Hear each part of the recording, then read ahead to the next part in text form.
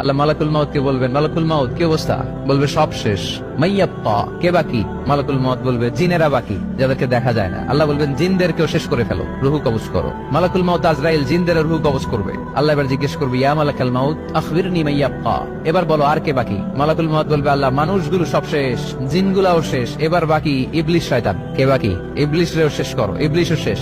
আল্লাহ আবার জিজ্ঞেস করবেন, ইয়া মালাকাল মাউতি মাইয়াব্বা, আর কে বেঁচে আছে বলো? মালাকুল মাউত বলবে, আল্লাহ আপনার কথা অনুযায়ী পৃথিবীর সব মানুষের রুহু কবজ করলাম, সব জিনদের রুহু কবজ করলাম, ইবলিসের রুহু কবজ করলাম, এখন আছে শুধু ফেরেশতা। আছে কারা? যাও ফেরেশতাদের রুহু কবজ করো। ফেরেশতাদের রুহু কবজ হয়ে যাবে। এবার আল্লাহ জিজ্ঞেস করবেন, ইয়া মালাকাল মাউত আখবিরনি মাইয়াব্বা।